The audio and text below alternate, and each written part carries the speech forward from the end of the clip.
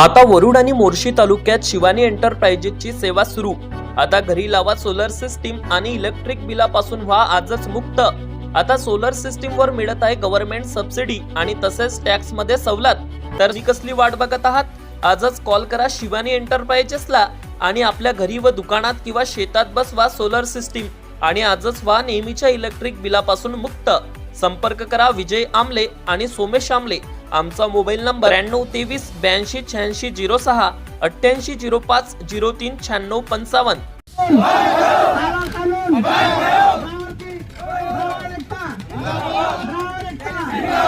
या केंद्र सरकारचं करायचं काय? या केंद्र सरकारचं करायचं काय? या हुकुमशाही सरकारचा निषेध असो। वरुड तालुक्यातून एक मोठी ब्रेकिंग बातमी समोर येत आहे। केंद्र सरकारच्या अपघातासंदर्भातील नवीन कायद्याचा संपूर्ण देशभरात निषेध केला जातोय। त्याचाच एक भाग म्हणून वरुड तालुक्यातील शेगाट शहरात देखील वाहन चालक संघटनांनी हा निषेध व्यक्त केलेला आहे। आपण बघू शकतो वरुड तालुक्यातील शेगाट शहरामध्ये सध्या वाहन चालकांनी ठिय्या आंदोलन मानलेलं आहे। आपल्यासोबत काही वाहन चालक आहेत, काय सांगणार, कशासाठी एकत्रित जमले आहात? आज संपूर्ण देशामध्ये दिनांक 1 जानेवारी पासून चक्काजाम आंदोलन चालू आहे।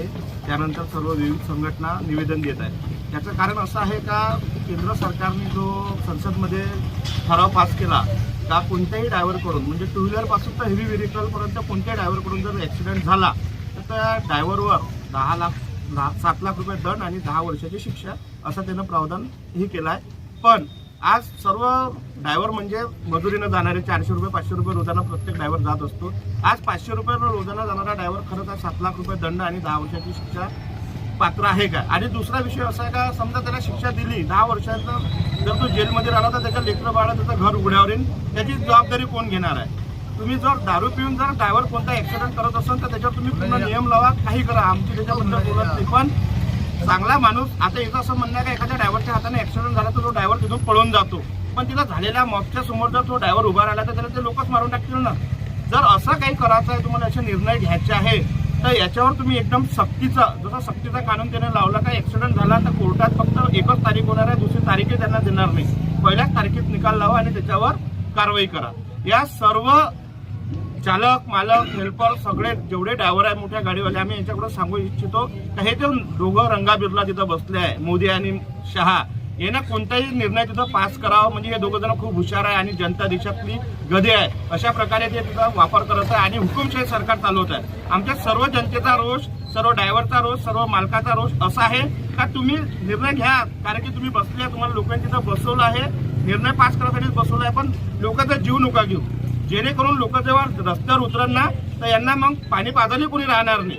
आज आम्ही शांततेच्या मार्गाने ठिय्या आंदोलन करत आहे, पण आमच्या मागण्या जर पूर्ण झाल्या नाही तर याच्यानंतर आम्ही काय करू हे न सांगता तुम्हाला रस्त्यावरच दिसून जाईल। आज शांततेच्या मार्गाने एवढं बोलून मी क्या बताएंगे? विरोध करना है, ये कानून नहीं है हमारे लिए। आपण बघू शकतो शेकडोच्या संख्येनं सध्या शेगाट शहरामध्ये हे चालक वर्ग बसलेले आहेत। आपल्यासोबत आणखी काही या ठिकाणी आहेत, मोठ्या गाडीचे चालक नाही तर दुचाकी चालवणारे काही स्थानिक नागरिक देखील आहे, काय सांगणार?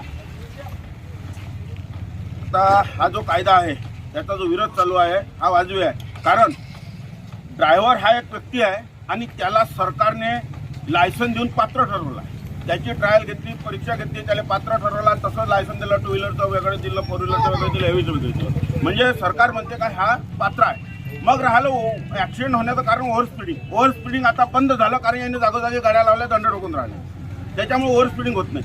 मग अपघात हे होते ते काही कोणी जाणून बुजून करत नाही, कोणताही ड्रायव्हर कोणताही चालक मालक अपघात जाणून बुजून करत नाही, तो चुकीनं अनावधानानं कोणाची गलती राहते, दुसऱ्याची राहते, होऊन जाते। मग अशा वेळेस फक्त ड्रायव्हरला दोष देणं हे काही योग्य नाही। मोकाट ढोराईमुळं खूप ॲक्सिडेंट होऊन राहिले, सरकारने त्याच्याविषयी काय केलं? काहीच नाही। मग ड्रायव्हरला जर दोषी धरलं आणि तो 500 रुपये कमावणारा जर तर गाडी सोडून समजा मग दुसऱ्या कामावर शेतीवर गेला या धाकामुळं, तर गाड्या चालवा कोणावर नाही, व्हेकल चालवा कोणानं, पूर्ण ट्रान्सपोर्ट अटवा कोण।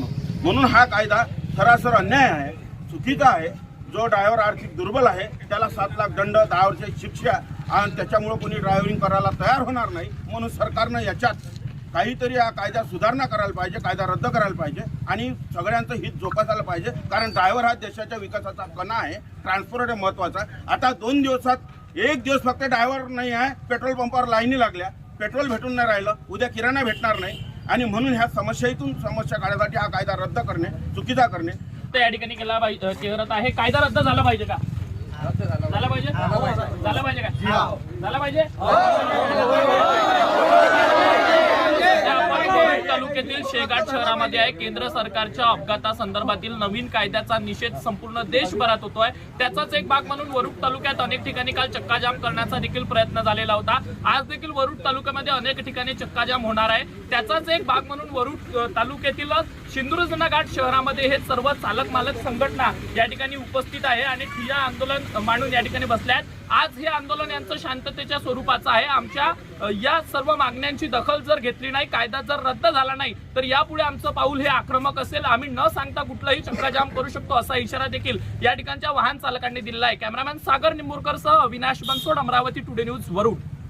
सर, हम लोग यहाँ पे निषेध करने के लिए बैठे हैं. हम चालक मालक ड्राइवर सब यहाँ पे बैठे हुए हैं.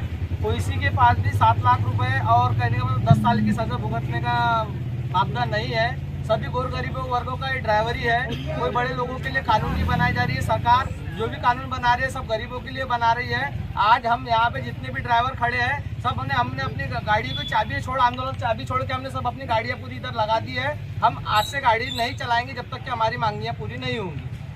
आतापर्यंत जे काही निर्णय घेण्यात आले हे वरच्या लेवलवर घेतले, पण खालच्या लेवलला ड्रायव्हरचं इन्कम काय आहे, तो ड्रायव्हर किती ड्युटी करते, त्याला काय रनिंग आहे काय नाही आहे, तो भरून जातो, त्याला 20 तास गाडी चालवावं लागते, त्याला रात्रीला झोप नाही आहे.